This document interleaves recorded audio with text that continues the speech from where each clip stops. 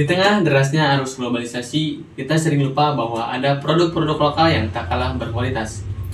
Namun di samping itu, banyak anak-anak muda yang lebih bangga memakai produk luar negeri hanya karena mereknya terdengar lebih terkenal.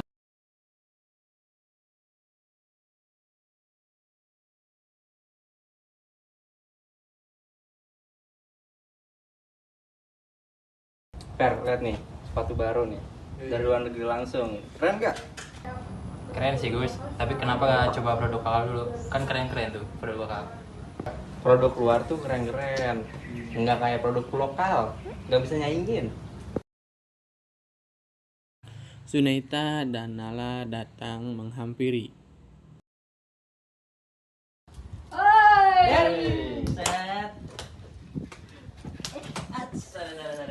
Halo Gusti, sepatu baru dari luar negeri ya?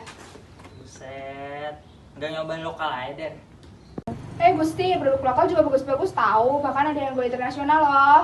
Bener banget tuh, kalau kita terus beli produk luar, produk lokal kita gak akan berkembang. Padahal itu ekonomi penting buat negara kita. Bagus tuh. Makanya jangan soal gaya aja, kita juga harus mendukung. Kalau bukan kita, siapa lagi?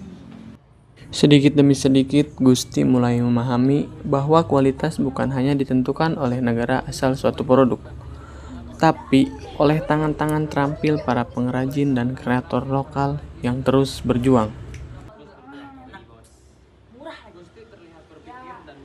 Gaya doang tuh. Empuk gak? Mantap kan? Udah. Oh iya, bener juga ya kata kalian ya. Produk lokal banyak yang bagus. Kenapa gua nggak beli produk lokal ya? Tuh kan, jadi mahasiswa tuh harus bijak, jangan lihat merek doang, gaya lu. Kita gak diminta untuk lo beli produk luar terus Gus, cuman kita harus beli produk kita sendiri. Oh, ya udah deh. Nanti gua lihat produk lokal. Gua boleh nyoba gak sepatu lo? Nih. Dukung produk lokal bukan hanya sekedar pilihan barang. Ini tentang menjaga ekonomi bangsa, membantu pelaku usaha kecil, dan membangun ketahanan nasional dari hal-hal sederhana. Mari kita mendukung produk lokal untuk membantu Indonesia juga. Kita tetap keren kok pakai produk dalam negeri. Cintai karya sendiri. Mulailah dari diri sendiri, pilih, gunakan, dan banggalah produk lokal. Karena setiap pilihan kecil kita membawa dampak besar bagi bangsa Indonesia. Orthuset adalah merek asli Indonesia. Kenapa disebut merek Indonesia? Karena dimiliki oleh orang Indonesia, didesain, didevelop, dan diproduksi di Indonesia. Dan yang paling penting adalah menggunakan hampir 100% material yang diproduksi di dalam negeri. Dan idealisme bahwa kita sebagai bangsa Indonesia, bangsa yang besar, satu saat nanti kita harus memiliki merek olahraga yang bukan hanya jago kandang, tapi juga bisa berkiprah di level dunia.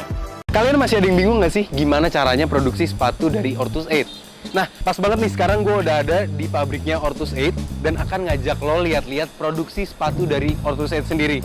Let's go!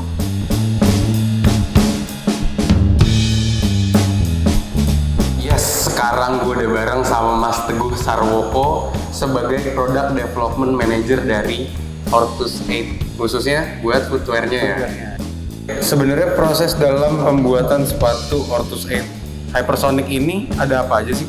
Tahapannya ada cutting, tapi kalau cutting itu tahapannya nggak di pabrik ini, ada di luar. Jadi masuk sini sudah langsung proses ke sewing. Sewing ini jahit ya, jadi menghubungkan dari material yang tadinya bentuk 2 dimensi dirubah ke 3 dimensi, tapi masih bentuk acakan ini seperti ini nih.